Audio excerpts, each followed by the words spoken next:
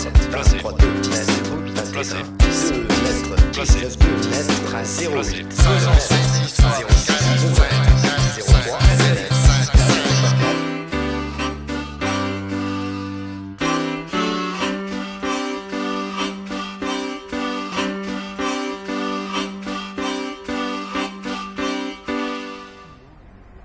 Nous sommes à Sampuy, dans le département de l'Oise, dans la cour d'un orphelinat. C'est ici que la Troisième République, celle de Jules Ferry, de Ferdinand Buisson, de l'école laïque, gratuite et obligatoire, a permis de 1880 à 1894, et pour la première fois dans l'histoire de l'éducation, la mise en pratique de méthodes pédagogiques prônées par les militants révolutionnaires, socialistes, anarchistes. C'est ici plus spécialement qu'un pédagogue, aujourd'hui un peu tombé dans l'oubli, Paul Robin, mettra en œuvre sa théorie révolutionnaire de l'enseignement intégral. C'est ma liberté. Quoique né en 1837 dans une famille catholique bourgeoise, Paul Robin devint très vite un militant anarchiste révolutionnaire convaincu. Il aura une vie très tumultueuse, sera plusieurs fois mis en prison, exilé.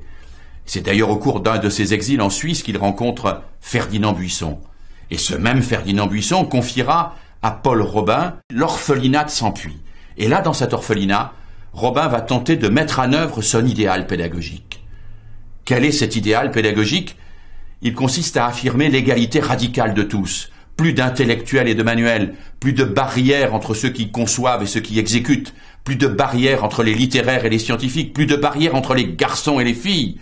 Tout le monde doit pouvoir accéder à tous les savoirs. C'est l'égalité radicale de tous devant l'instruction, devant l'éducation. Alors la question que nous pose Paul Robin, à travers ses expériences pédagogiques, c'est: suffit-il de décréter l'égalité, l'égalité entre garçons et filles, l'égalité quelles que soient les origines sociales, pour que cette égalité passe vraiment dans les faits? Les corrections de tout ça, hein? On se situe dans une filiation lointaine, mais une filiation parce que il apparaît effectivement que les enfants sont mis dans un cadre qui s'approche du mutualisme ou du tutorat mis en place par Robin et par d'autres aussi à la suite à l'époque. Donc c'est vrai qu'on est dans cette mouvance-là de formation, auto-formation. C'est en droite ligne dans la philosophie qu'on a pu rencontrer chez Robin.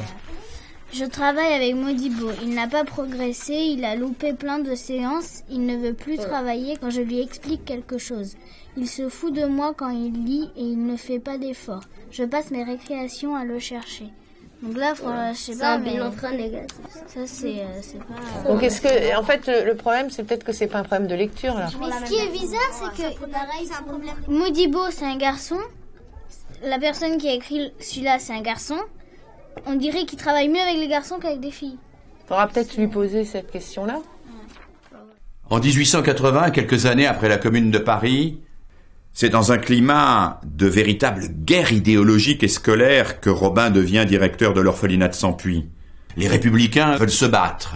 Ils ont conclu une alliance entre la frange éclairée de la bourgeoisie et la frange réformiste du mouvement ouvrier, mais ils ont besoin d'autres alliés. Ils vont les chercher chez les militants révolutionnaires comme Paul Robin. Robin est séduit par le discours de Jules Ferry.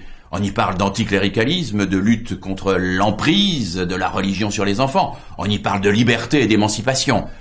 Et quand Robin entend émancipation, ça résonne très fort en lui parce que c'est ça précisément, son idéal pédagogique. Alors là, par contre, on va lire ce texte à voix haute. Celui-là ? Oui. Ok. Je me souviens que en CO2, on avait escaladé un mur. Est-ce que tu sais ce que ça veut dire, barbelé? Non, c'est des fils avec des petits pics qui empêchent les animaux de passer. On partait à pied. Non. À pied. Pied sur le chemin. Robin veut une société parfaite, une société qui subvertisse toutes les formes d'autorité, de ceux qui disent ce qu'il faut faire. Il y a Paul Robin veut réaliser une véritable république d'enfants, fondée sur l'égalité, la liberté, la fraternité. Et à Sampuy, dit-il, nous marchons vers ce beau rêve. Alors le tutorat ou l'enseignement ou l'atelier mutuel, c'est quelque chose qu'on met en place parce qu'on a évidemment l'impression que les enfants vont expliquer les choses d'une autre manière que la nôtre, d'une part.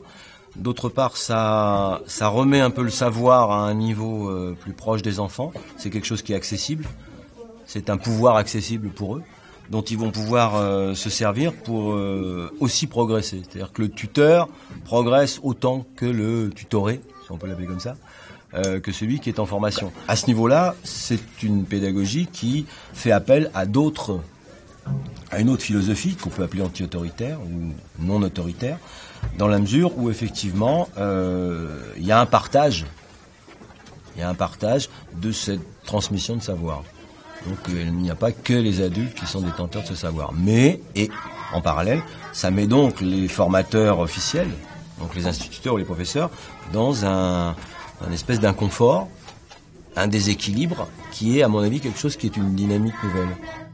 Et désormais, pauvre princesse, ayant trouvé le fruit magique, cette banane, un peu trop faite, un peu trop blette, elle se retrouve un peu moins chouette qu'elle aurait cru. Borner l'éducation des enfants du peuple à l'apprentissage d'un métier, c'est, dit Robin, la forme moderne de l'esclavage. Et évidemment pour lui, il n'en est pas question. Le travail technique ne commençait qu'après l'obtention du certificat d'études. Et le certificat d'études à cette époque, je le dis par parenthèse parce que maintenant c'est complètement changé, mais à cette époque c'était à 12 ans. Cette forme d'éducation intégrale, couplant l'apprentissage en atelier et puis les cours complémentaires d'instruction générale proposés par Paul Robin, était présente dans la totalité de notre travail.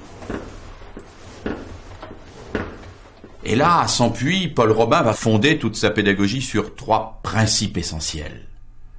Premier principe, surtout ne pas spécialiser trop tôt. Et Robin propose même de laisser l'enfant papillonner. Papillonner, c'est-à-dire aller voir, aller regarder, aller observer, se laisser guider par sa curiosité vers toutes les formes de savoir possibles. Quand tu sors, t'es avec tes camarades, t'es encore dans l'école, ça veut pas dire que t'es dans la rue et que tu dois faire n'importe quoi, mais t'es toujours à l'école, sauf que t'es plus responsable. Alors qu'à l'école, les adultes sont responsables de nous et dehors, on est responsable presque tout seul, un peu tout seul. Deuxième principe de Robin, lutter contre toutes les emprises qui peuvent s'exercer sur la conscience. L'emprise de l'Église, l'emprise du clergé, l'emprise du nationalisme, l'emprise des idéologies de l'ordre moral. Et pour cela, bien sûr, mettre l'enfant en contact avec l'esprit rationnel, avec l'enseignement des sciences. Et enfin, troisième principe de Robin, ne pas seulement s'occuper de l'intellect, s'occuper de l'esprit, mais aussi s'occuper du corps. Et Robin sera un des premiers à introduire l'éducation physique, à amener ses enfants à la piscine, à leur faire des courses dans les bois, à organiser ce qui déjà ne s'appelle pas encore, mais s'appelle aujourd'hui les classes vertes. Vous suivez personne. Chacun le fait pour soi, en épousant tout l'espace. On est d'accord? Allons-y. On prend l'espace. Non, on ne coupe pas. Oui, c'est bien ce que tu as fait, tu as évité. Stop! Laisse là. Bouge pas, on va faire un autre exercice en même temps. Regarde-moi. Regarde ça. Là. La tête. Oui. Voilà. Tu dors. Dans un premier temps, l'école de la République est fière de pouvoir exhiber les réussites pédagogiques de Robin. On le fait venir à Paris dans des expositions, les travaux de ses élèves, en particulier en matière artistique. font l'objet d'une admiration générale. Le plus clair de ma richesse, c'est ma liberté. Alors l'enseignement artistique tel que je l'ai connu de mon temps, directement hérité de Robin pour ce que j'en ai entendu et retenu, c'était d'une part cours de dessin et de modelage, par exemple, dans l'enseignement général, et cours de solfège dans toutes les classes, et sélection pour arriver à la fanfare qui répétait 2 fois par jour.